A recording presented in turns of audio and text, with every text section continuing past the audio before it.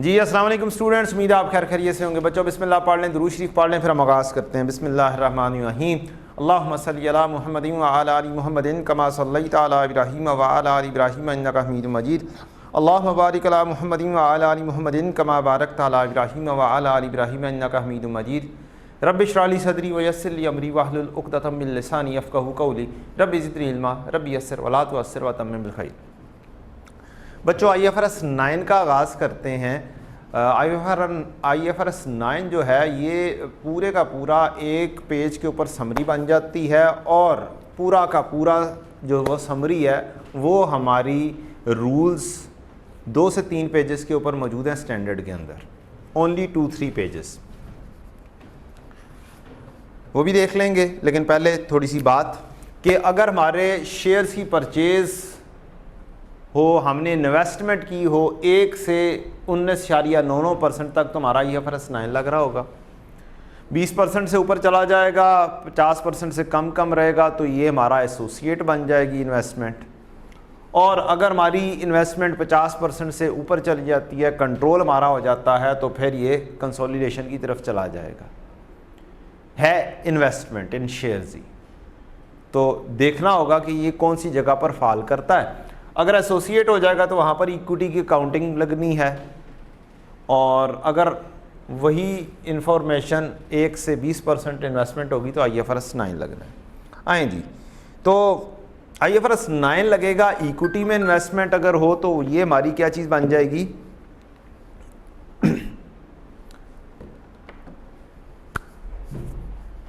Financial asset बन जाएगा।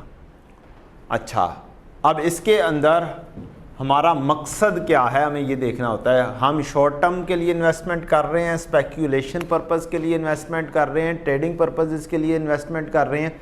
अगर तो ऐसा है यस, तो फिर हमारा बाय डिफ़ॉल्ट क्या लगना है, fair value through profit and loss लगना है।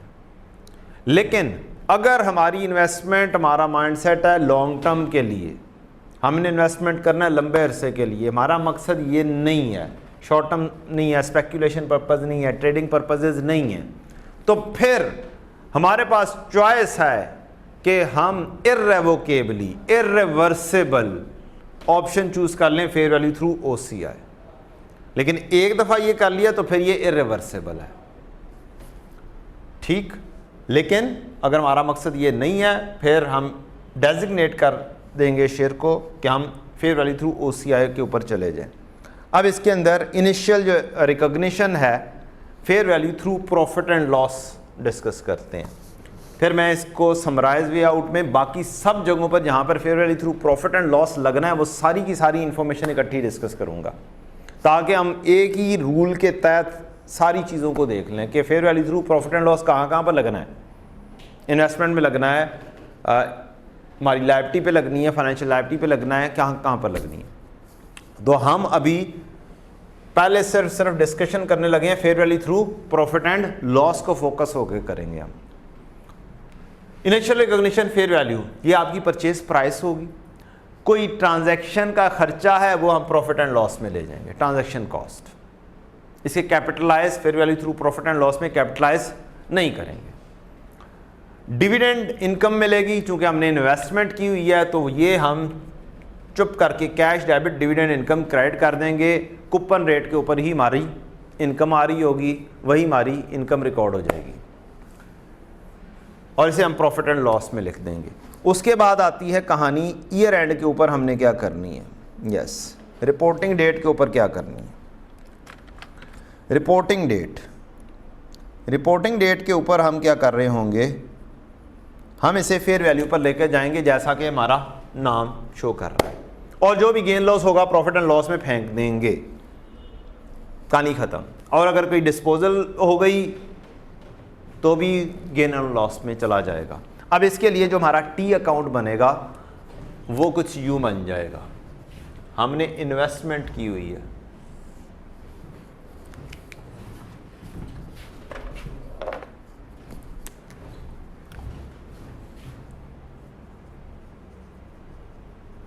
इन्वेस्टमेंट इन शेयर्स। अब ये हमारा एसेट है।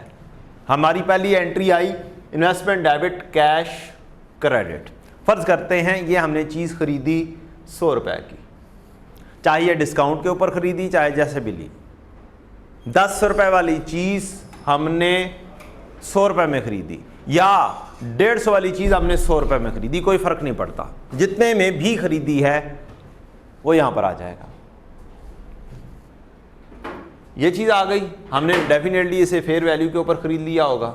कोई ट्रांजैक्शन कॉस्ट आएगी तो वो हमने प्रॉफिट एंड लॉस में ले जानी है, transaction cost. Entry expense debit और कैश क्रेडिट हो जाएगा, 2 रुपए का हमने ये ले ली। अब आपने इसके ऊपर फेयर वैल्यू देखनी है कि इसकी फेयर वैल्यू कितनी है, 105 रुपये है, तो 5 रुपये क्या आ जाएगा आपका investment debit, fair value gain credit, कहानी ख़त्म। तो इसकी एक एंट्री दरमियान में आ गई, डिविडेंड जो आया, डिविडेंड इसकी फेस वैल्यू पर आएगा। किस पे आएगा? फेस वैल्यू पर आएगा। हम चलें इसको 100 रुपये नहीं रखते, हम इसे रख लेते हैं कि हमने 101 का लिया, फेस वैल्यू इसकी 100 रुपये थी, प्रीमियम पे हमने ख़रीद लिया, जितने में ख़रीदा वो ले लिया, फेयर वैल्यू गेन अब 4 रुपये आ गया और डिविडेंड हमें आया फेस वैल्यू के ऊपर से 6%, तो वो कितना बना 6। डिविडेंड इनकम 100 वाली चीज़ के ऊपर 6%, cash debit, dividend income credit 6 रुपये, और लास्ट में आपकी ये 4 रुपये की एक एंट्री आ गई ईयर एंड के ऊपर। ये पूरी की पूरी किसके ऊपर कहानी आ गई? आपकी fair value through profit and loss financial asset equity investment आ गई। अब हम बढ़ते हैं सेम चीज़ के ऊपर जाते हैं, जब हमने कहाँ पर पहुँचना है, फाइनेंशियल एसेट, इन्वेस्टमेंट इन डेट इंस्ट्रूमेंट में कर देता हूँ, लोन वगैरह की बात कर देता हूँ। तो वहाँ पर भी हमारे पास जो बाय डिफ़ॉल्ट है, हमें देखना होता है कि cash flow characteristic test pass हो रहा है। अगर पास हो रहा हो तो बिजनेस मॉडल अगर टिल मेच्योरिटी रखने वाला है तो अमोर्टाइज कॉस्ट, अगर हम बेच भी सकते हैं तो क्या है, अपॉर्चुनिटी अगर अच्छी मिल जाए तो फिर फेयर वैल्यू थ्रू OCI, और ट्रेडिंग पर्पस, वंस अगेन अगर ट्रेडिंग पर्पस है, शॉर्ट टर्म आपकी इन्वेस्टमेंट है, तो फिर fair value through profit and loss ही आएगी। अब यहाँ पर भी क्या चीज़ है, सेम रूल्स हैं कि आपने फेयर वैल्यू के ऊपर परचेज प्राइस करना है, आपने ट्रांजैक्शन कॉस्ट को एक्सपेंस में लेकर चले जाना है, आपने इंटरेस्ट इनकम, अब इंटरेस्ट इनकम आएगी, डिविडेंड इनकम नहीं है, कूपन रेट के ऊपर जो नॉमिनल रेट है उसके ऊपर आप बनाएंगे, कैश डेबिट और इंटरेस्ट इनकम क्रेडिट हो जाएगी। Investments are revalue to fair value with gain loss, profit and loss में जाएगा, कहानी खत्म, कोई डिफरेंस नहीं, fair value through profit and loss में कोई डिफरेंस है ही नहीं। ठीक, कोई अमोर्टाइजेशन कॉस्ट की वर्किंग नहीं है, डिस्पोजल होगी तो भी गेन लॉस में, मीन्स ये इन्वेस्टमेंट इन शेयर हो, इन्वेस्टमेंट इन डेट इंस्ट्रूमेंट हो, आपका अगर fair value through profit and loss है, एक ही तरीका का, डिविडेंड इनकम चेंज हो जाएगी, cash debit interest income credit हो जाएगा, नथिंग एल्स, कोई फर्क नहीं है। कहानी यहां पर किसकी हो गई, fair value through profit and loss, profit and loss. अब तीसरी कहानी fair value through profit and loss की कहां पर है, fair value through profit and loss, अब आप ये याद रखें तीनों जगहों पे आना ही आना है, मौजूद है। तीसरी है हमारी फाइनेंशियल लायबिलिटी है, अब हमने चीज इशू की हुई है, whether it's a debt instrument और इक्विटी इंस्ट्रूमेंट, इक्विटी इंस्ट्रूमेंट तो नहीं आना नहीं है, डेट इंस्ट्रूमेंट आपने इशू किया हुआ है, तब आपकी लायबिलिटी बन रही होगी। अगर आपने इक्विटी इशू किया तो वो तो शेयर कैपिटल में चला जाएगा। ठीक, इक्विटी इंस्ट्रूमेंट इशू किया हुआ है, चाहे आपने प्रेफरेंस शेयर्स इशू किए हुए हैं इरेडीमेबल, चाहे आपने नॉर्मल इक्विटी इशू की हुई है, तो वो तो कहाँ पे चली जाएगी, आपकी इक्विटी में चली जाएगी। Statement of changes in equity वाली कहानियां सारी लगेंगी, FAR 1 वाली सारी कहानी। ठीक, तो वो तो यहां पर नहीं फाल करेगी। हाँ, हमने डेट इंस्ट्रूमेंट इशू किए हुए हैं, लोन लिया हुआ है, TFC इशू किए हुए हैं, बॉन्ड्स इशू किए हुए हैं, रिडीमेबल प्रेफरेंस शेयर इशू किए हुए हैं, वहां पर यह चीज लगेगी। वो आपने इशू किया हुआ है तो डिफॉल्ट ट्रीटमेंट अमोर्टाइज कॉस्ट है, उसको हम साइड पर करते हैं, ये डिफॉल्ट ट्रीटमेंट की बात नहीं कर रहे। अगर एक्सेप्शन के तौर पर चले जाएं, company wants to reduce accounting mismatch, accounting mismatch वो दूर करना चाहता है। बाकी सब जगहों के ऊपर वो चल रहा है fair value through profit and loss, वो कहता है यार ये लायबिलिटी भी थ्रू प्रॉफिट एंड लॉस ही कर देते हैं, या इन्वेस्टमेंट बहुत हैवी है और शॉर्ट टर्म में हम काम करते रहते हैं, उधर fair value through profit and loss लगाया हुआ है, तो हम कहते हैं यार अब कौन अमोर्टाइज कॉस्ट के ऊपर काम करे, अकाउंटिंग मिसमैच दूर करते हैं, एक जैसी अकाउंटिंग रखते हैं, हम fair value through profit and loss रहते हैं। तो अगर आपका माइंडसेट ये है, या मैनेजमेंट इंटरेस्टेड है in valuating it on fair value as part of documented policy है, नहीं हमने रखना ही fair value through profit and loss है, चलना ही इसके ऊपर है, तो तब भी हम किसके ऊपर चले जाएंगे, fair value through profit and loss पे चले जाएंगे। अब हमारी लायबिलिटी आ गई, क्या है, लायबिलिटी है। अब लायबिलिटी है तो भी अब आपका क्या आ जाएगा, फेयर वैल्यू के ऊपर जितने में लोन लिया है। अब माइंडसेट चेंज कर दोगे, क्या करोगे, माइंडसेट चेंज कर दोगे, अब लायबिलिटी के ऊपर आ जाओगे, लायबिलिटी लोन, लेकिन fair value through profit and loss चल रहे हो। अब आपके पास कैश आएगा, कैश डेबिट लोन क्रेडिट, जितना भी लोन रेज हुआ है फेस वैल्यू से अप हुआ है कम हुआ है, फेयर वैल्यू के ऊपर जितनी अमाउंट भी आई है, जितना अमाउंट भी रियलाइज हुई है, आपने 10 वाली चीज 97 में दे दी, आपको पैसे आए हैं 97, आपने 97 लिख दिया। अब इंटरेस्ट जो देना है वो देना है किसके ऊपर, फेस वैल्यू पर, कूपन रेट पे, वो सब जगहों पे वही वाला चलेगा। कोई ट्रांजैक्शन कॉस्ट है तो वो अब भी एक्सपेंस में जानी है, अब भी यही वाली एंट्री होगी। रीजन एक्सपेंस डेबिट और कैश क्रेडिट, ये तो खर्चा है ट्रांजैक्शन कॉस्ट का, कमीशन देनी पड़ गई, कोई लोन इशू किया है उसके कोई और खर्चे हैं, तो अब भी वही वाली एंट्री होगी। कोई ट्रांजैक्शन कॉस्ट है, expense debit cash credit. Interest जो आप देंगे, पहले ले रहे थे अब देंगे, जो सा भी आपने देना है फेस वैल्यू के ऊपर, कूपन रेट जो लगेगा, नॉमिनल रेट लग रहा है, वो आपका एक्सपेंस में चला जाएगा। अब आपका इंटरेस्ट, एक्सपेंस डेबिट और कैश या बैंक क्रेडिट एंट्री हो जाएगी। कूपन रेट पर जाना है, ये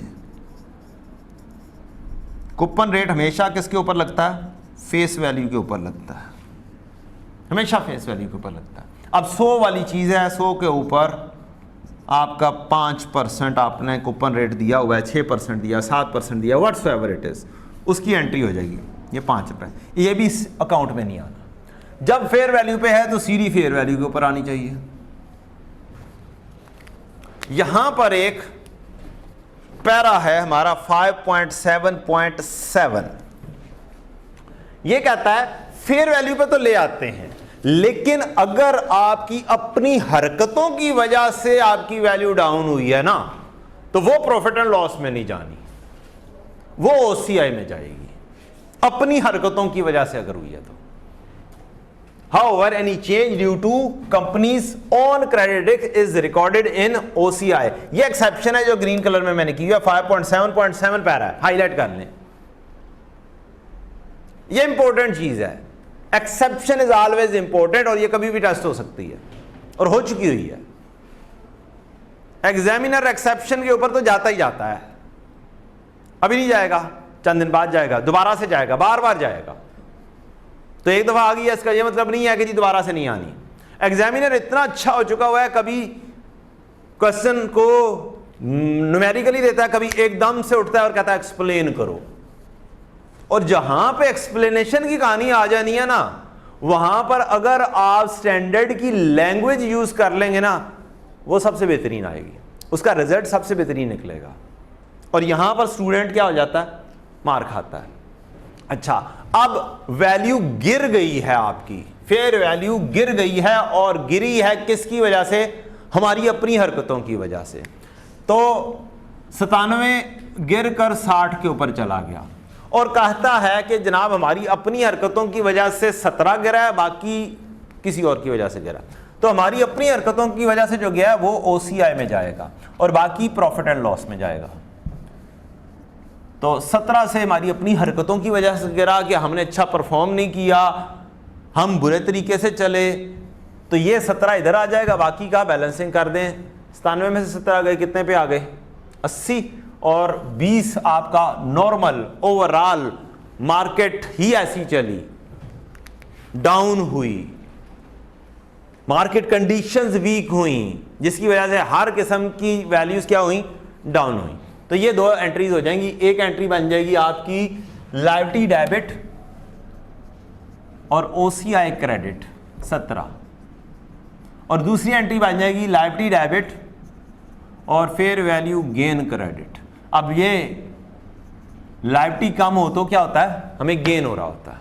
टी अकाउंट फॉलो करेंगे, बड़ी आसानी से एंट्रीज निकलेंगी। टी अकाउंट फॉलो नहीं करेंगे, जुबानी करने की कोशिश करेंगे, एंट्री निकालना मुश्किल हो जाएगी आपके लिए। डन है जी। अच्छा जी, तो ये पूरा का पूरा क्या हो गई, fair value through profit and loss discuss हो गया। एक ही पैटर्न के ऊपर है, सिर्फ और सिर्फ एक्सेप्शन यहां पर है। पैरा आपको लिखवा दिया 5.7.7। अच्छा जी, अब अगर मैं इन पैरास की पूरी कहानी की डिस्कशन करूं तो fair value through profit and loss जो हमारी आती है financial asset, fair value through profit and loss 4.1.5 के अंदर लिखा हुआ है। इसकी पूरी कहानी 4.1.5 के अंदर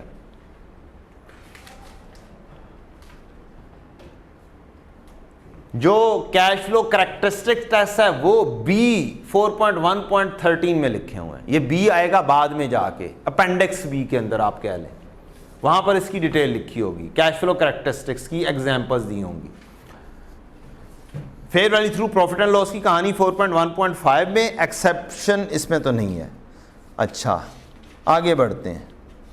नेक्स्ट आती है 4.113 भी है जी बेटा, 4.113 है, वो जब आएगा तब आ जाएगी कहानी। ठीक है जी, तो बहुत सारी चीज़ें हैं। अच्छा, अगर आप कहें कि फाइनेंशियल लायबिलिटी की प्रॉफिट एंड लॉस की बात की जाए तो ये 4.2.2 के अंदर है। इसकी कहानी डिस्कशन पूरी 4.2.2 में दी गई है और एक्सेप्शन 4.7.7 में दी गई है। सिर्फ 2 पेजेस फाइनेंशियल लायबिलिटीज के ऊपर है, 2 पेजेस फाइनेंशियल एसेट पे हैं। गेन लॉस की कहानी के ऊपर जब आएंगे ईयर एंड की मेजरमेंट, सब्सीक्वेंट मेजरमेंट, तो वहां पर ये कहानी 5.7.7 में है। लें जी, ये कहानी होगी आपकी पूरी की पूरी किसके ऊपर, fair value through profit and loss. अब हम आते हैं फेयर वैल्यू थ्रू OCI के ऊपर। फेयर वैल्यू थ्रू OCI, उसमें क्या कहानी है, इसके अंदर हमें कैपिटलाइज करनी होती हैं चीजें। क्या करनी होती है, कैपिटलाइज करनी होती है। इक्विटी इंस्ट्रूमेंट में अगर आप आ जाएं तो इसके अंदर ट्रांजैक्शन कॉस्ट ही होगी ना, वो भी कैपिटलाइज होगी। क्या होगी, ट्रांजैक्शन कॉस्ट भी क्या होगी, कैपिटलाइज होगी। ये मैंने लिखी थी investment in share fair value through profit and loss. इसमें 2 की थी, क्या भला, ट्रांजैक्शन कॉस्ट थी। तो अब फर्क क्या पड़ेगा फेयर वैल्यू थ्रू OCI के अंदर, यहां पर ही ऐसे ही लिखा रहने देता हूं मैं, यहां पर नीचे करके क्या कर देता हूं, इसका डिफरेंस ले लेता हूं। इन्वेस्टमेंट इन इक्विटी,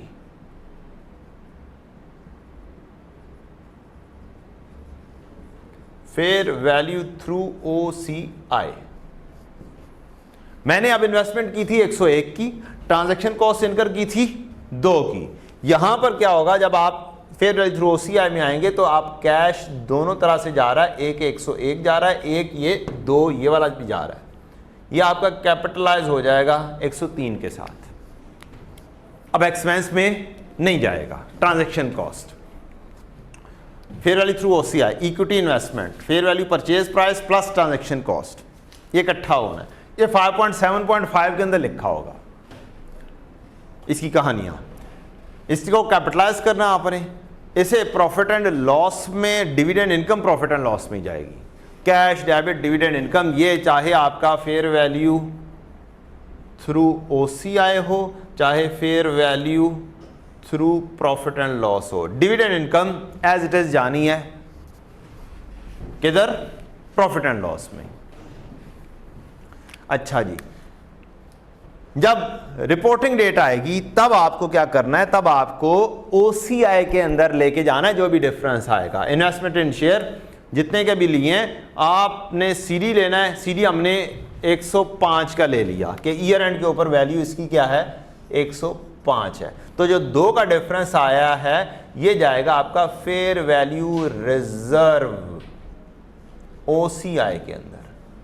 लफ्ज क्या यूज कर लेंगे, फेयर वैल्यू रिजर्व, बिल्कुल रिवैल्यूएशन सरप्लस की तरह।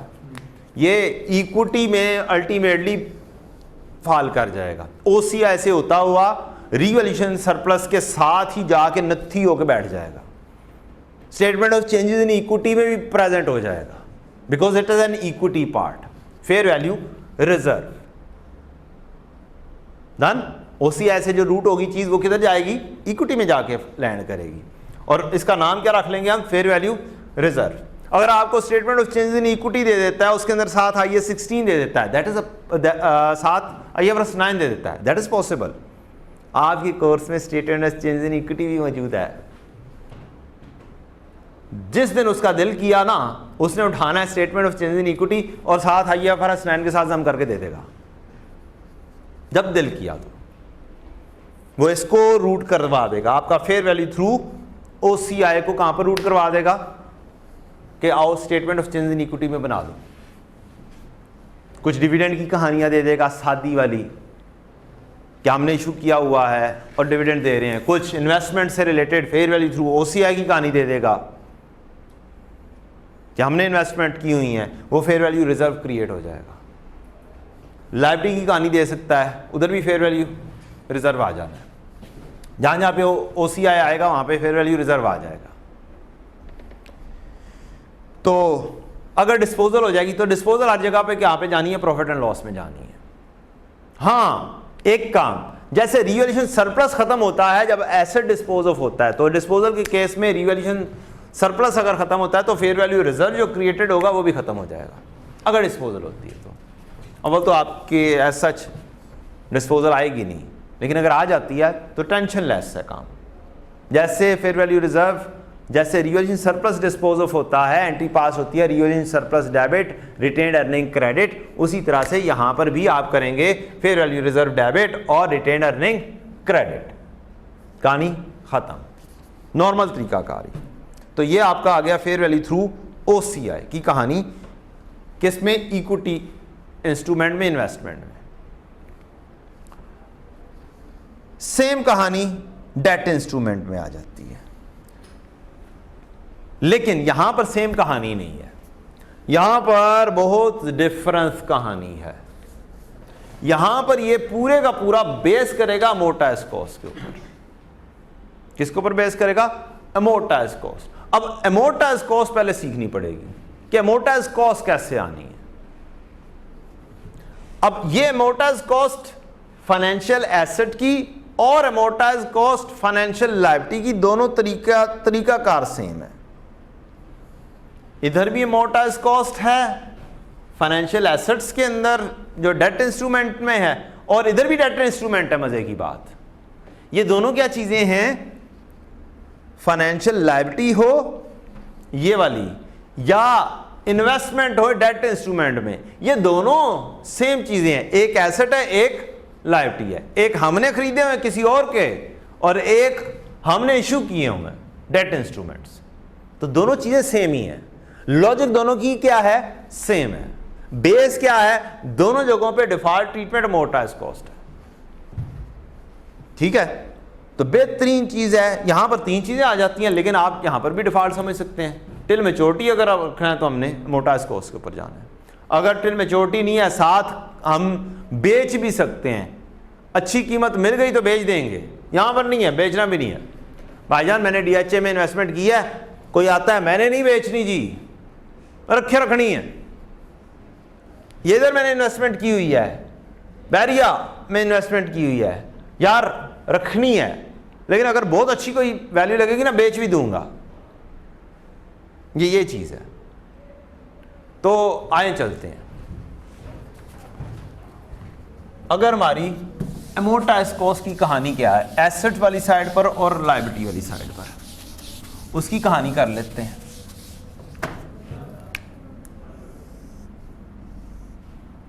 अमोर्टाइज्ड कॉस्ट, अगर आपकी एसेट साइड है और अगर आपकी लायबिलिटी साइड है, दोनों इकट्ठी पैरेलल चला देते हैं। क्या करते हैं? पैरेलल चला देते हैं, क्योंकि हम रिवीजन कर रहे हैं। अमोर्टाइज्ड कॉस्ट क्या जी? लायबिलिटी वाली साइड। अब क्या करना है? हमने कोई इन्वेस्टमेंट किया है, तो ये इसके किसके ऊपर लिखना है, जाना है? Purchase price plus transaction cost. दो एंट्रीज होंगी ना यार, एसेट का डेबिट और कैश क्रेडिट। नॉर्मल जो इन्वेस्टमेंट है फेयर वैल्यू वाली। दूसरी एंट्री एक्सपेंस होना था, एक्सपेंस डेबिट कैश क्रेडिट होता है ना ट्रांजैक्शन कॉस्ट। अब ये एक्सपेंस नहीं करना, क्या करना है? ये भी एसेट करना है। ये किस चीज की है? Transaction cost. अब अगर यही वाली दो एंट्रीज पास करनी पड़ जाएं मुझे लायबिलिटी वाली साइड पर, फिर क्या कहानी जाएगी? अब लायबिलिटी में तो मुझे कैश आया है, cash debit liability credit fair value के ऊपर। लेकिन जब यहां पर खर्चा आएगा ना, तो खर्चा होता है एक्सपेंस डेबिट और कैश क्रेडिट। अब खर्चे की जगह पर एक्सपेंस डेबिट नहीं होना, लायबिलिटी डेबिट होनी है। सादी सी कहानी। अब यहां पर लायबिलिटी अगर 100 की है और लायबिलिटी 2 की, 100 नहीं लिखते हम, 105 अगर लिखते हैं, और लायबिलिटी अब 2 की अगर डेबिट होती है तो फिर 105 माइनस 2 होगा। और अगर एसेट 105 का है और यहां पर एसेट भी 2 का डेबिट हो रहा है, तो ये 105 जमा 2 होगा। इधर 105 माइनस 2 करना पड़ेगा, क्योंकि लायबिलिटी कम हो रही है। डन? तो इस वजह से फर्क आता है अमोर्टाइज्ड कॉस्ट में दोनों साइड में। यहां पर आपकी fair value plus transaction cost होगी, यहां पर आपकी fair value minus transaction cost होगी, और उसकी रीजन ये है। तो 105 माइनस 2, इधर आएगा 105 प्लस 2, इधर 107 के ऊपर चीज आ जाएगी, वही चीज वैसी चीज, और यहां पर क्या हो जाएगी? 103 पर चली जाएगी। फेस वैल्यू इसकी 100 थी। फेस वैल्यू क्या थी? दोनों साइडों पे 100 थी। यार मार्कर ਜਿਹੜੇ ਹੈਗੇ ਨੇ ਬਹੁਤ ਬੜੀ ਛੇਤੀ ਹੋ ਜਾਂਦੇ ਨੇ, ਅਸੀਂ ਮਗਰਮ ਦੇ ਹੱਥ ਦੇ ਵਿੱਚ ਜਾਂਦੇ ਨੇ। मेरा तो ख्याल से यह चल जाएगा।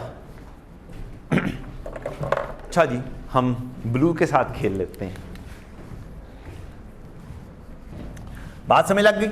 अब बड़ा ही आसान काम है, इफेक्टिव रेट के ऊपर इनकम लिखनी है और इफेक्टिव रेट के ऊपर इंटरेस्ट लिखना है। इधर इंटरेस्ट एक्सपेंस, इधर इनकम। किसके ऊपर? इफेक्टिव रेट पे, दोनों साइडों पे। इफेक्टिव रेट इस के ऊपर लगता है, इसी चीज के ऊपर। Effective rate entry receivable debit और इनकम क्रेडिट। इसको रिसीवेबल के अंदाज से सोचना है, इसको पेएबल के अंदाज से सोचना है। हमने जनरल एंट्री को अगर जनरली अपने ज़हन में सही तरीके से बैठाना है ना, तो इस तरीके से सोचना है। रिसीवेबल डेबिट और इनकम क्रेडिट किस पे? इफेक्टिव रेट पे। इफेक्टिव रेट किस पे लगेगा? आपकी इस वैल्यू पे लगेगा। अब इफेक्टिव रेट और फेस रेट ये आपको गिवन किए गए होंगे। 99.99% चांसेस यही हैं। कूपन रेट भी गिवन किया होगा, इफेक्टिव रेट भी किया होगा। अब इस वक्त मैं इफेक्टिव रेट कैलकुलेट कैसे होता है उस कहानी में नहीं जा सकता। तो अगर मैं लेता हूं इफेक्टिव रेट आपका है से 8% और कूपन रेट है आपका 6%, तो क्या होगा? इनकम 107 के ऊपर 8% पे लिखी जाएगी। ठीक, इसके ऊपर लिखी जानी। और यहां पर आना है कैश, जो मुझे आया। रिसीवेबल का अकाउंट, सादा रिसीवेबल का अकाउंट जो होता है ना, वो वाला बनना है। Receivable debit income credit, cash debit receivable credit. So simple. अगर आप सादा अपने आप को रखना चाहते हैं तो अमोर्टाइज्ड कॉस्ट ही है। यही तरीकाकार आपका इक्विटी मेथड में भी यही है। यही तरीकाकार एंट्रीज के हिसाब से, क्या है, एंट्री के हिसाब से, इन रिसीवेबल डेबिट और income credit, cash debit, receivable credit. Dividend आए यहां पर, अगर सादा अल्फाज में रखना, वैसे तो डिविडेंड नहीं आना, हम किसके ऊपर काम कर रहे हैं, डेट इंस्ट्रूमेंट पे काम कर रहे हैं, इंटरेस्ट आना है। तो मैं इक्विटी मेथड में जब गया तो वहां पर डिविडेंड आ रहा होगा ना। तरीकाकार यही है, तरीकाकार में चेंज नहीं है। कैश डेबिट, रिसीवेबल क्रेडिट, ये जाना है किसके ऊपर, कूपन रेट। अब ये टी अकाउंट बनाने का एक फायदा बहुत आसान सा है, वो है जर्नल एंट्रीज। क्या है, जर्नल एंट्रीज। आपकी आराम से जर्नल एंट्री सारी की सारी निखर के आ जाती हैं। लेकिन अगर हम टी अकाउंट बनाने की बजाय 3 कॉलम रनिंग बैलेंस लेजर बनाने की कोशिश करें, या फिर कोशिश करें कॉलमर फॉर्म में काम करने की, फिर वो वाली कहानी नहीं आती, जर्नल एंट्री साथ साथ नहीं हो पाती। तो बेस्ट मेरे नजदीक क्या है, एक सादी सी चीज है, इसको किसके ऊपर ले लो, टी अकाउंट के जरिए बना लो। Cash debit, receivable credit, coupon rate पर 100 रुपए वाले के ऊपर कितने परसेंट, 6% कूपन रेट, 6%, 6 आ जाएगा। यहां पर 107 के ऊपर 8%, कितना बनेगा बेटा, 107 के ऊपर 8%, आपका सीडी आ जाएगा यहाँ पर, कैरेट डाउन, ये 8.56 आ जाएगा। सीडी कितना बन जाएगा, 107, 109.56। अच्छा, अब ये कहानी आ गई किसकी, रिसीवेबल की, अमोर्टाइज्ड कॉस्ट के ऊपर जाना है। अब आते हैं अमोर्टाइज्ड कॉस्ट पेबल की कहानी। चीज हमने वैल्यू सेम रखी थी, वैल्यूज हमने क्या रखी थी, सेम रखी थी, लेकिन यहां पे वैल्यू क्या हो चुकी है, 103। यहां पर की वैल्यू क्या हो गई थी, 107। वैल्यूज में फर्क आ जाएगा। यहां पर आपने लिखना है interest expense debit payable credit, और ये वंस अगेन किसके ऊपर जाएगा, इफेक्टिव रेट पर। और जो पेमेंट होनी है या रिसीट आनी है वो कूपन रेट पे होनी है। यहां पर कैश, ये किसके ऊपर आएगा, कूपन रेट। यहां पे भी 100 रुपए के ऊपर जाना है, 100 ज़रब 6%, 6। ये इफेक्टिव रेट के ऊपर कहानी चेंज हो जाएगी। 103 के ऊपर अगर इफेक्टिव रेट 8% लूं तो फिर क्या होगा, क्या वैल्यू आएगी बेटा,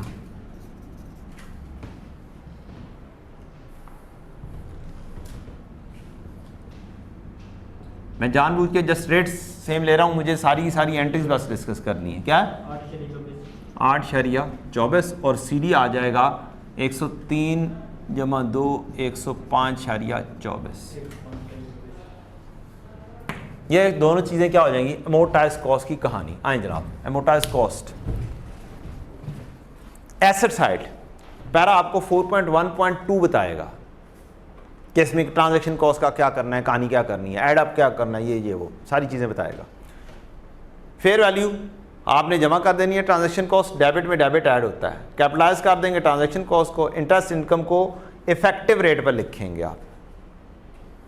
फिर आता है आपका ईयर एंड, डेट जो है आपका अमोर्टाइज्ड कॉस्ट पर शो होगा एज पर अमोर्टाइज्ड कॉस्ट। ठीक, इसके अंदर ओपनिंग में interest income add, less interest receive, closing balance, आप टी अकाउंट बना दें, कहानी खत्म, जैसा मर्जी सिनेरियो, कहानी खत्म, T account the best way out to deal it. और इसको आप फेयर वैल्यू पर नहीं लेके जाएंगे क्योंकि आप किसके ऊपर हैं, अमोर्टाइज्ड कॉस्ट के ऊपर है। और अगर डिस्पोजल हो जाएगी तो प्रॉफिट एंड लॉस में। बिल्कुल सादी सी कहानी अमोर्टाइज्ड कॉस्ट की। अच्छा, अब आते हैं हम अमोर्टाइज्ड कॉस्ट किसके ऊपर, जो आपकी लायबिलिटी है, फाइनेंशियल लायबिलिटी। सेम चीज़, कोई चेंज नहीं। अब मैंने आपको बता दिया यहाँ पर फेयर वैल्यू पर रिकॉर्ड होगा, लेकिन ट्रांजैक्शन कॉस्ट क्या होनी है, लेस होनी है, एड अप नहीं होनी। इस चीज़ का ख्याल रखना आपने। ये पैरा आपका 4.2.1 के अंदर कहानी है, 4.2.1 में कहानी इसकी मौजूद है। चंद पेजेस, 2 से 4 पेजेस के अंदर पूरी कहानी डिस्कस हुई है। अच्छा जी, आप ट्रांजैक्शन कॉस्ट लेस कर देंगे, इंटरेस्ट एक्सपेंस जब कैलकुलेट करेंगे तो एक्सपेंस ने इफेक्टिव रेट के ऊपर जाना है, और जो डिविडेंड होगा वो जो इंटरेस्ट होगा जो आप पे कर रहे होंगे वो जाएगा किसके ऊपर, कूपन रेट के ऊपर। एंडिंग आपकी क्या होगी, अमोर्टाइज्ड कॉस्ट के ऊपर आप प्रेजेंट कर रहे होंगे और ये फेयर वैल्यू के ऊपर नहीं जाएगी, disposal gain loss profit and loss में ही जाता होता है। ले जी, आपकी सारी कहानियां क्या हो गई, मुकम्मल हो गई। आपकी एक कहानी रहती है हमारी फेयर वैल्यू थ्रू OCI। किस केस के अंदर,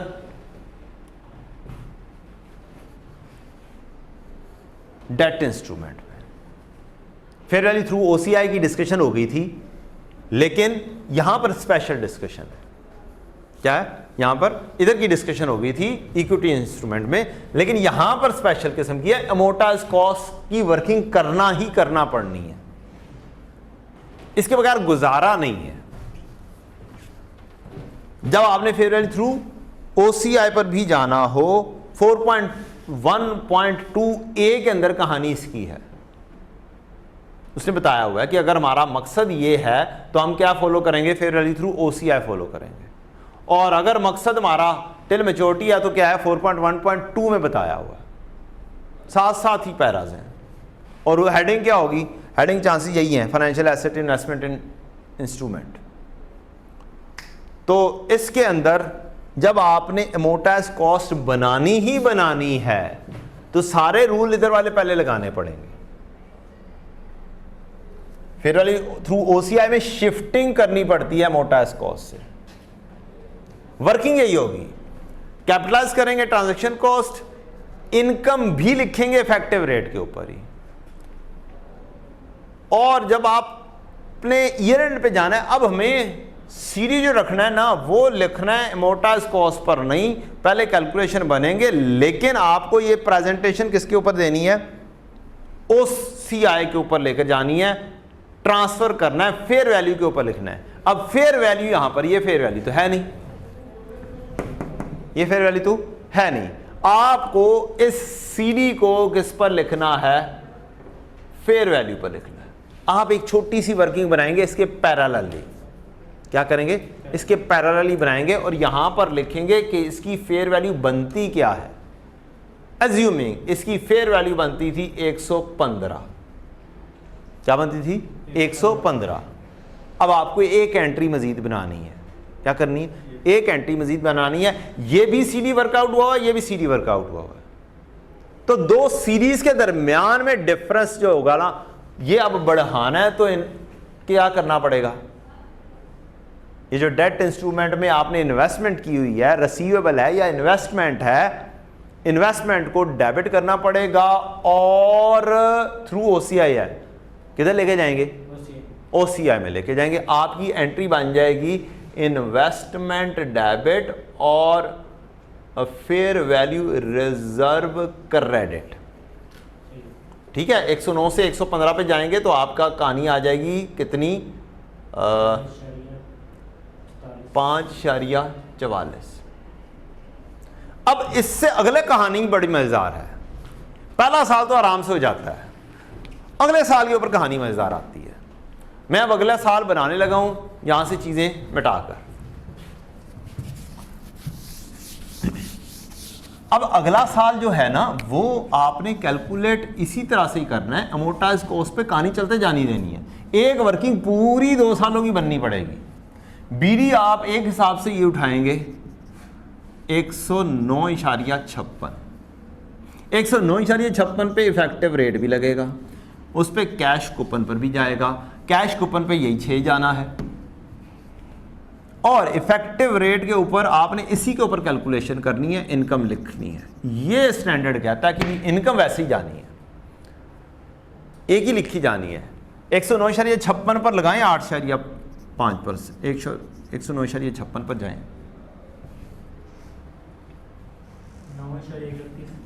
9.31, और अब सीरी बनाएं जरा, क्या बनता है इसी को ये लेकर चलते हुए।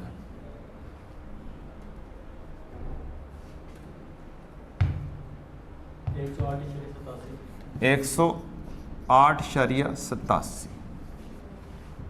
अब मैं तो एक्चुअल में क्या कर चुका हूं, बढ़ा चुका हूं, लेकिन इसमें बढ़ाया हुआ शो नहीं हो रहा।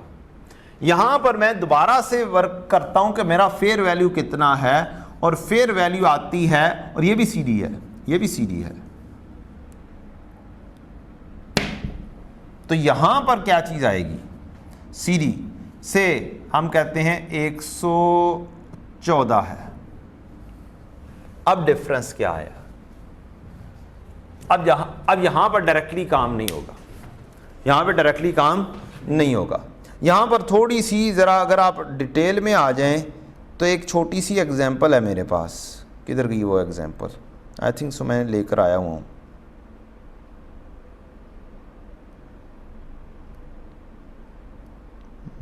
नहीं लाया। क्या नहीं, वो देख के लानी पड़ेगी। चलें फिर मारे गोली। यहां पर क्या करना है, आपको CD 114 पर लेकर आना है। क्या होना है, 114 पर लेकर आना है। लेकिन अब एक छोटा सा प्रॉब्लम है, फेयर वैल्यू थ्रू OCI। इसमें क्या कहानी थी भला, आप एक दफ़ा तो CD 115 पर लेकर आ चुके हैं, आपका BD जेन्युइनली 115 था, लेकिन हमने क्या उठाया हुआ है 109। अगर ये वाली चीज़ में ऐड अप करता तो क्या होना था। अब CD, अगला CD मुझे लेकर आना है कितने पर, 114 पर। अब अगर मैं इन दोनों का डिफरेंस लेता हूं तो क्या एंट्री बनती है बेटा, इन दोनों का ये 5/13, इन दोनों का डिफरेंस बनता है 5/13, इन दोनों का डिफरेंस बनता है 5/44, 5/13। इसमें क्या करना था। अच्छा बच्चों, बात यह है यहाँ पर 2-3 तरीक़ों से वर्किंग होती है। मैं एक लॉजिक के तहत वर्किंग करवाता हूँ कि एक CD से दूसरे CD पर जब जा रहे हैं तो ये एक तीसरा CD वर्कआउट हो रहा है। इसकी मिसाल ऐसे है, जब डेटर के बैलेंस से आप प्रोविजन लगाते हैं तो उसके बाद भी एक CD वर्कआउट होता है। डेटर के CD के ऊपर प्रोविजन लगाते हैं तो प्रोविजन फॉर डाउटफुल डेट का भी CD वर्कआउट होता है। तो ये CD अमोर्टाइज कॉस्ट के तहत, ये फेयर वैल्यू के तहत, ये दोनों CD से एक तीसरा CD वर्कआउट हो रहा है जो है फेयर वैल्यू रिजर्व का CD। 5/44 और ये 5/13। ये आप एक साथ एक क्या करें, एक T काउंट बनाएं फेयर वैल्यू रिजर्व का, फेयर वैल्यू रिजर्व। ये CD पहला आया 5/44 क्रेडिट। ये डिफरेंस कैसे आएगा, इसको A रख दें, इसको B रख दें, और इन दोनों का डिफरेंस लें। ये प्लस में आया माइनस में आया, नहीं आप B-A करें, सॉरी B-A किया आपने, B-A, इसमें से ये माइनस किया, 5/44 आया। इसका मतलब है हमने वैल्यू बढ़ाई, एसेट डेबिट और फेयर वैल्यू रिजर्व क्रेडिट किया, तो ये CD 5/44 ये CD आया। आप ऐसे सोच सकते हैं कि ये वाली वैल्यू बढ़ानी पड़ेगी, तो ये जब बढ़ेगी तो ये इन्वेस्टमेंट डेबिट होगा और फेयर वैल्यू रिजर्व क्रेडिट होगा। तो ये अगर B-A करेंगे तो जो डिफरेंस आया है ये पॉजिटिव आया, ये पॉजिटिव बैलेंस जो है ये क्या होगा, फेयर वैल्यू रिजर्व का CD होगा। ये मैंने CD लिख दिया। अब इसकी बेसिस पर मेरी वो वाली एंट्री बनी है, इन्वेस्टमेंट डेबिट और फेयर वैल्यू रिजर्व क्रेडिट 5/44। अब मेरा ये CD क्या बन गया, BD बन गया 5/44। अब ये दूसरा CD है, दूसरे साल का क्या है, CD है मेरा 5/13। अभी मैंने B-A किया। अब जब मैंने एक चीज सोच लेनी है ना कि मैंने B-A करना है, तो मुझे B-A ही कर देखना है। ठीक, मैंने मिसाल 114 लिया, अभी वैल्यू बढ़ने वाली, मैं अभी वैल्यू कम होने वाली मिसाल भी आपके सामने लेकर देता हूं। ये 5/13, ये CD बन गया 5/13। अब मेरी एंट्री यहां से बनेगी बैलेंसिंग, और ये अब एंट्री क्या हो रही है, कम हो रही है। क्या हो रही है, कम हो रही है। क्यों कम हो रही है, अभी मैं वेरीफाई करवाता हूं कि कैसे ये कम हो रही है। 5/44, 5/13 कितना डिफरेंस आया, फेयर वैल्यू रिजर्व मेरी कम होगी। कितना बेटा? 0.31 से कम हो रहा है मेरा fair value reserve. Fair value reserve debit और इन्वेस्टमेंट क्रेडिट होगा, जेन्युइन एंट्री। ये एंट्री ऐसे बनेगी आपकी, और आपने अब ये एंट्री करनी है फेयर वैल्यू रिजर्व डेबिट और इन्वेस्टमेंट क्रेडिट। अच्छा, अब जेन्युइनली ये बनी कैसे है? अगर मैं 5.44 बढ़ा दिया था तो ये एक्चुअल में सीडी कितना हो गया? 115। तो मेरा यहां पर 115 बन जाना चाहिए था ना। इसका मतलब जेन्युइनली 5.44 मेरे ओपनिंग का पार्ट बना। ठीक, 5.44 अगर मैं यहां पर ले लेता हूं और मैंने सीडी 114 बनाना है, तो अब यहां पर आप बैलेंसिंग कर कर देखें डिफरेंस क्या आता है। क्या इन्वेस्टमेंट क्रेडिट 0.31 के साथ नहीं हो रही? 109.56 जमा 5.44 जमा 9.31 -6 -114, यहां पर फिर बैलेंस 0.31 का नहीं आ रहा। चेक करें, ये सारे करें, माइनस ये माइनस ये,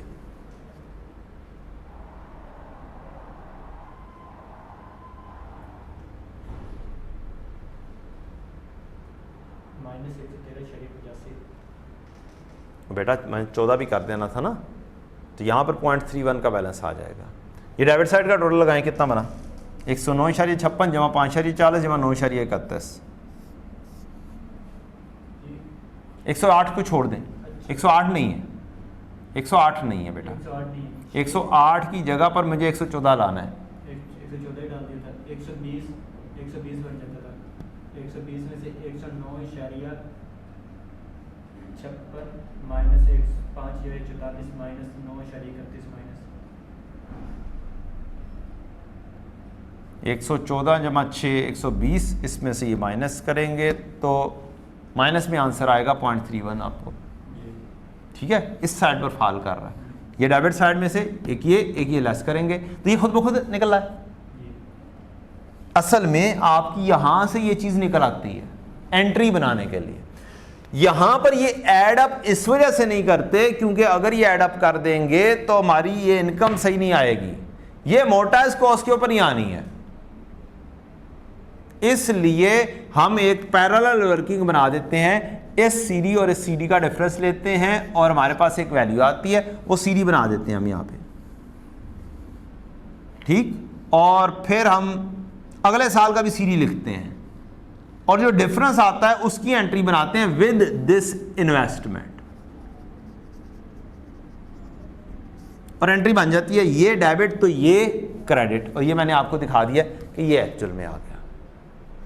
ठीक, और फिर ये काम करते हुए 114 जो हमारा सीडी आना चाहिए हमारा सीडी भी आ जाता है। तो ये है इसका लॉजिक, एक सीडी से दूसरा सीडी वर्कआउट होता है, ये रूल है। ठीक, कुछ लोग इसकी एक वर्किंग बनाते हैं प्रॉफिट एंड लॉस के जरिए, वो एक डिफरेंट वर्किंग है, मैं उसकी तरफ नहीं जा रहा, मैं एक लॉजिकल चीज़ के तहत चल रहा हूं कि एक सीडी से दूसरा सीडी वर्कआउट होता है। इसको डिफरेंस लेंगे, b माइनस ए करेंगे तो वैल्यू आ जाएगी। अब मैंने अभी वादा किया था कि यार मैं ये कम करके दिखाता हूं, ये वादा किया था ना, इससे भी कम लेकर जाता हूं तो फिर क्या हो जाएगा, वैल्यू नेगेटिव में लेकर आता हूं तो फिर कैसे डील करना है। तो अगर मैं अपने वादे के ऊपर आऊं और मैं कहूं कि नहीं जनाब 114 नहीं है वैल्यू, 114 वैल्यू नहीं है, ये वैल्यू है 105। अब डिफरेंस लें, करना b माइनस ए ही है, करना क्या है b माइनस ए ही है, डिफरेंस लें क्या बनता है 105 माइनस 108.87 3.87 आ जाएगा डिफरेंस, लेकिन ब्रैकेट में आ जाएगा। इस ब्रैकेट का मतलब क्या है, ये सीडी हमने सोचा था और ये सीडी निकाला था क्रेडिट है, तो ब्रैकेट का मतलब क्या हुआ, ये सीडी क्या है, डेबिट है।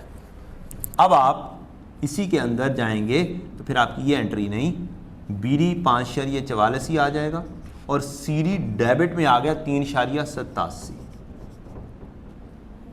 अब एंट्री क्या बनेगी, अब आपकी एंट्री बनेगी फेयर वैल्यू रिजर्व डेबिट और इन्वेस्टमेंट क्रेडिट। 5 और 3 8, और एक 9 कितना बेटा ये सबसे टेक्निकल एरिया है पूरे स्टैंडर्ड का, the most technical area of the whole standard. 8 नहीं बेटा 3.87 है, 9.31। अब जरा इसके जरिए वर्किंग बनाने की कोशिश करते हैं, क्या ये वाकई 9.31 आता है? अब सीडी क्या आना चाहिए यहाँ पर? 105 आना चाहिए, 105। वही काम कर कर देखें, 109.56 जमा 5.44 जमा 9.31 -6 -105, यहाँ पर बैलेंस ही आएगा 9.31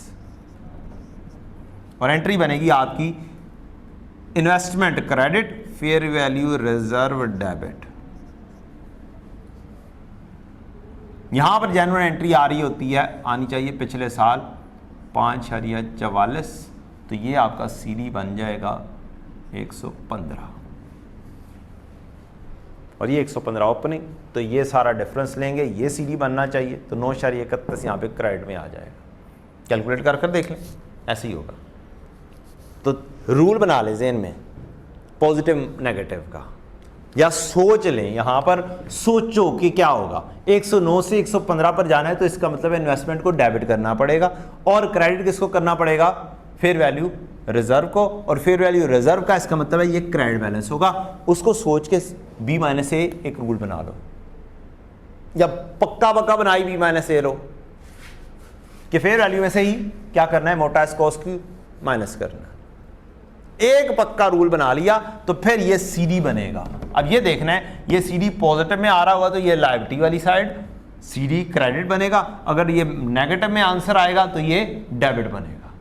बस ये टेक्निकल है, सबसे ज़्यादा टेक्निकलिटी ये है। और उसके बाद एक टी अकाउंट बना लो एंट्री बनाने के लिए, ये सीडी और अगला सीडी लिखो, उसकी बेसिस के ऊपर एंट्री करोगे, आपकी एंट्री कभी गलत नहीं होगी। जितने मर्जी क्वेश्चन उठाकर देख लें, जैसे भी आपने किए होंगे।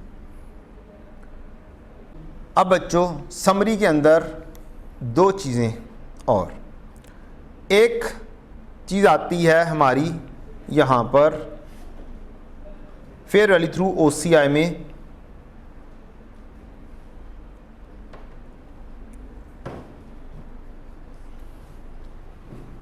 यहाँ पर ईयर एंड के ऊपर जब हम एमोर्टाइज कॉस्ट के ऊपर से फेयर वैल्यू पर शिफ्ट होंगे तो जो वैल्यू होगी, हम अमोर्टाइज कॉस्ट पर जा रहे होंगे, उसमें जो डिफरेंस आएगा वो OCI में लेकर जाना है। ये जो हमने भी निकाला फेयर वैल्यू रिजर्व जो निकाली है, ये OCI के थ्रू रूट होगी, चाहे वो प्लस हो रही हो चाहे वो माइनस हो रही हो, ये OCI के ज़रिए रूट होगी।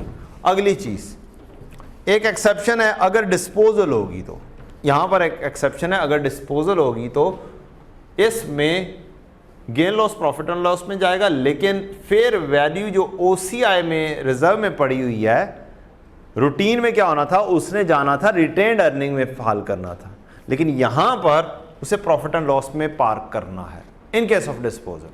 अव्वल तो ये नहीं पूछेगा, लेकिन फिर भी आप हाईलाइट कर लें 5.7.10 वहाँ पर इसकी एक्सेप्शन दी हुई है।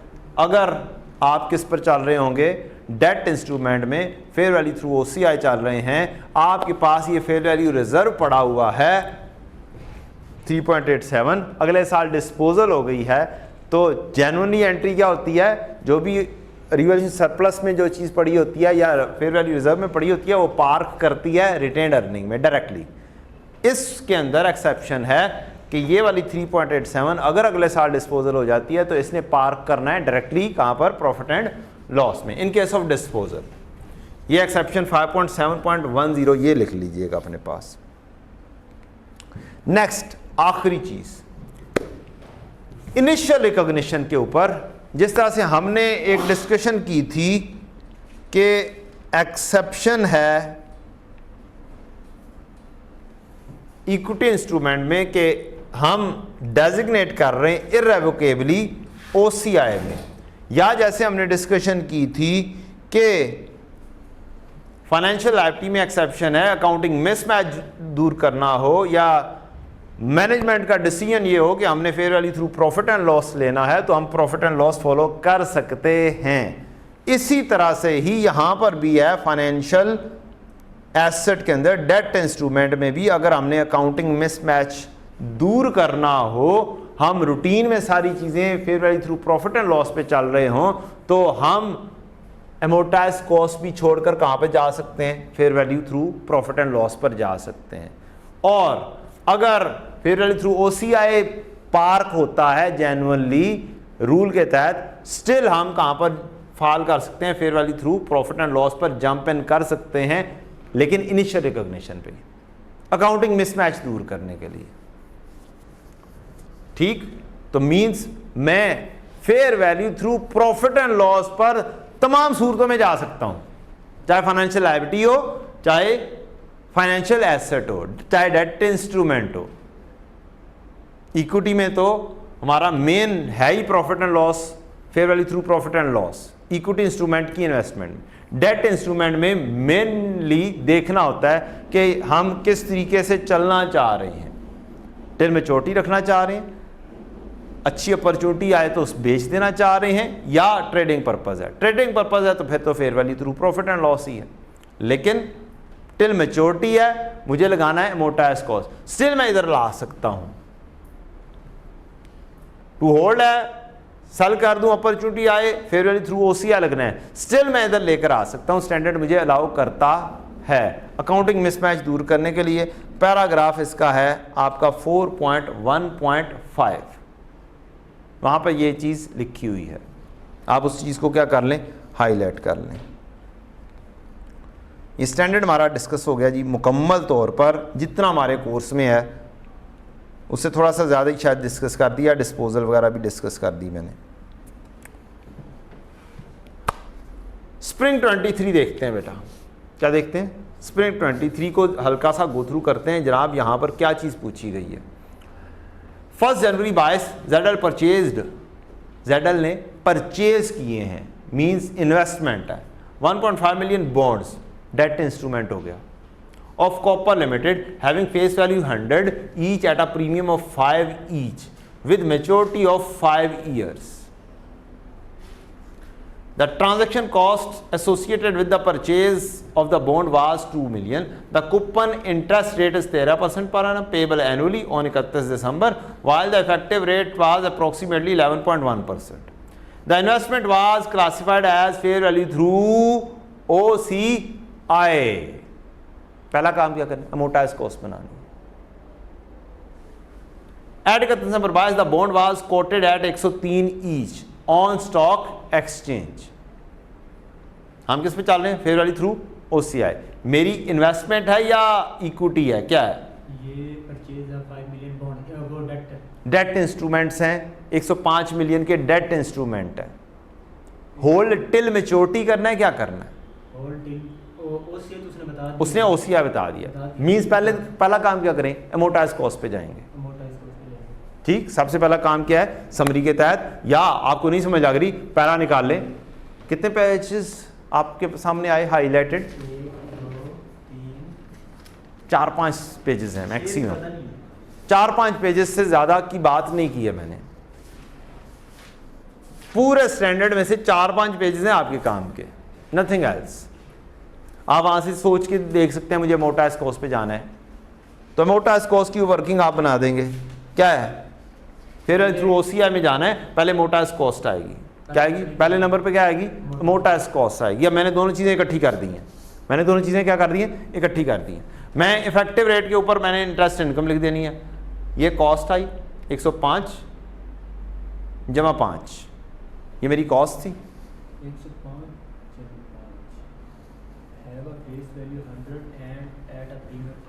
प्रीमियम 5, 105 पे मैंने खरीदी, 105, 2 रुपये ट्रांजेक्शन कॉस्ट, ये भी कैपिटलाइज करनी थी, टोटल मेरी होगी 107।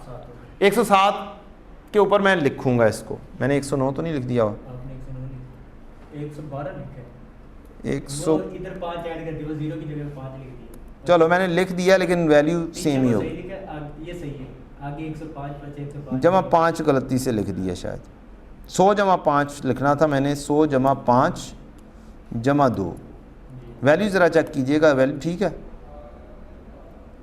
107 के हिसाब से ये या 1.5 ज़रब 107 107 हाँ वैल्यू सही है जी, वैल्यू सही ली है और मैं जस्ट लिखने में थोड़ी सी गलती कर दी है। टी काउंट मैंने बनाया तो मैंने 5 रुपये 100 रुपये और 2 रुपये ट्रांजेक्शन कॉस्ट को इकट्ठा कर दिया। अब 107 के ऊपर इफेक्टिव रेट 11.1 के ऊपर मैंने इनकम रिकॉर्ड करनी है, इंटरेस्ट इनकम 160.5 पे 11.1 17.82 आ गई। मेरी एक एंट्री बन गई इन्वेस्टमेंट डेबिट और इंटरेस्ट इनकम क्रेडिट। अगली चीज़ मैंने कूपन रेट के ऊपर देना है, फेस वैल्यू के ऊपर इंटरेस्ट रिसीव कर रहा हूँ, बैंक डेबिट और इन्वेस्टमेंट क्रेडिट। 150 फेस वैल्यू है 10 रुपये 100 रुपये के हिसाब से, 13% कूपन रेट है, 19.5 मेरी वैल्यू आ गई, बैंक डेबिट और क्रेडिट, बैंक डेबिट और इन्वेस्टमेंट क्रेडिट। अब यहाँ पर मेरा CD वर्कआउट होकर आ गया होगा, मैंने फेयर वैल्यू रिजर्व यहाँ पर दोनों चीज़ों को इकट्ठा कर दिया मैंने। एमोर्टाइज कॉस्ट के ऊपर होता तो 160 17.82 19.5 CD कितना बन जाना था बेटा मोर्टाइज कॉस्ट के ऊपर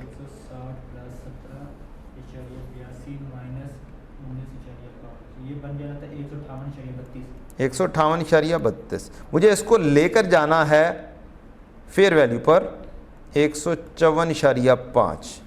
तो मैंने क्या करना था, इन्वेस्टमेंट को क्रेडिट करना था, ये इन्वेस्टमेंट को क्रेडिट करना था और फेयर वैल्यू रिजर्व को डेबिट करना था। ये मेरी एक एडिशनल एंट्री थी और यही मेरी एंट्री बन रही है।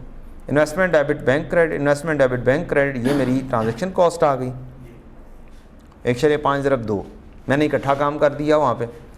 तो 160.5 मेरी टोटल हो गई। मैंने investment debit interest income credit किया 17.82 आ गया, बैंक डेबिट इन्वेस्टमेंट इनकम या फाइनेंशियल एसेट 19.5 आ गया। अब ये एक लंबी चौड़ी कहानी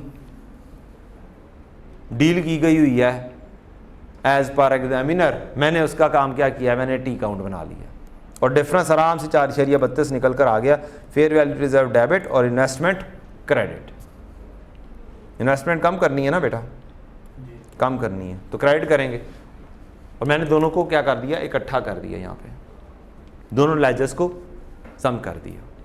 फिर थ्रू OCI में मैंने कहा था आपको क्या करना है, CD बनाना है। उफ, दोनों का डिफरेंस लेके क्या करना है, CD बनाना है। और पहला साल था, पहले साल में तो टेंशन नहीं होती है, पहले साल में कोई टेंशन नहीं। अगर दूसरे साल में जाएगा तो फिर कहानी में टेंशन आती है। इट शुड बी एमोर्टाइज्ड कॉस्ट और फिर ट्रांसफ़र होनी चाहिए थी। अच्छा जी, दूसरी सिचुएशन क्या है। On 1 July bias ZL issued 2 million 10% redeemable preference shares मैंने इशू किए हैं। रिडीमेबल मींस मैंने बॉन्ड इशू किए, मैंने लोन इशू किया, लायबिलिटी ही आनी है। इक्विटी इंस्ट्रूमेंट इशू करता तो फिर तो कहानी कहीं और चली जानी थी। Having face value of 100 each at discount of 10 रुपये डिस्काउंट पर 100 वाली चीज़ 90 में इशू की। The transaction cost associated with the issuance of these shares was 3 million. अब ये लेस होनी है। Measure preference share at fair value through profit and loss, सादा सा काम। 31 नंबर 22 पर the share were quoted at 80 each on stock exchange and ZL has estimated that 70% reduction in the fair value is due to drop in ZL's credit rating. अपनी गलती की वजह से no dividend was declared during bias in respect of these shares. ये वाली कहानी यहाँ कहीं पे शायद मैंने की हो, ख़त्म तो नहीं कर दी, ख़त्म कर दी है शायद।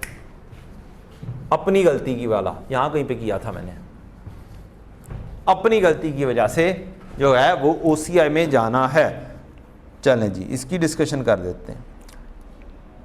मेरे पास कैश आया 2 ज़रब 90 के हिसाब से, ठीक, 10% डिस्काउंट, ये इंटरेस्ट रिसीव नहीं है। Cash debit bank liability credit 180 और साथ जो एक्सपेंस हुआ होगा वो एक्सपेंसेस में ही जाना है क्योंकि मैं किसके ऊपर चल रहा हूँ, प्रॉफिट एंड लॉस पर चल रहा हूँ। तो bank debit financial liability credit 180 पर, ट्रांजैक्शन कॉस्ट डेबिट और बैंक क्रेडिट दूसरी entry. Interest expense coupon rate के ऊपर ही लिखा जाना है। Interest expense debit financial liability credit, interest expense debit, financial liability payable credit, वो हमने 10 के साथ लिख दिया। अब मुझे यहाँ पर सीडी किसके ऊपर लेकर आना है, फेयर वैल्यू पर लेकर आना है, जो कि फेयर वैल्यू कितनी है मेरी, उसने बता दिया है 80 रुपये। तो मेरा सीडी आपका 160 के ऊपर आना बनता है। ये जो डिडक्शन 30 की आई है मेरी अपनी गलती की वजह से फेयर वैल्यू रिज़र्व में जाएगी और बाकी की प्रॉफिट एंड लॉस में जाएगी। एक्सेप्शन वाली एरिया आ गया थोड़ा सा, तो ये उसने चेक किया और माशाल्लाह से अच्छे मार्क्स लिए, 54% बच्चे पास हो गए इसके अंदर। और fair value adjustment for the transaction 1, the impact of interest was not taken into account resulting an incorrect amount of fair value adjustment. उन्होंने एंट्री पूरी नहीं लिखी बच्चों ने, कुछ बच्चों ने। ट्रांजेक्शन 2 में effect of fair value adjustment was wholly taken to profit and loss कर दिया, सारे का सारा प्रॉफिट एंड लॉस में ले लिया। बच्चों को पता ही नहीं था कि यहाँ पर एक एक्सेप्शन भी आती है, OCI में भी लेकर जाना है। तो इसी तरह के क्वेश्चंस हैं आपके। मैं तो डिस्कस करना चाहूँ तो बहुत सारे डिस्कस कर सकता हूँ रीसेंट अटेम्प्ट्स के, but due to time constraint of the revision, it's been difficult to discuss all the questions. Thank you जी, अस्सलाम वालेकुम।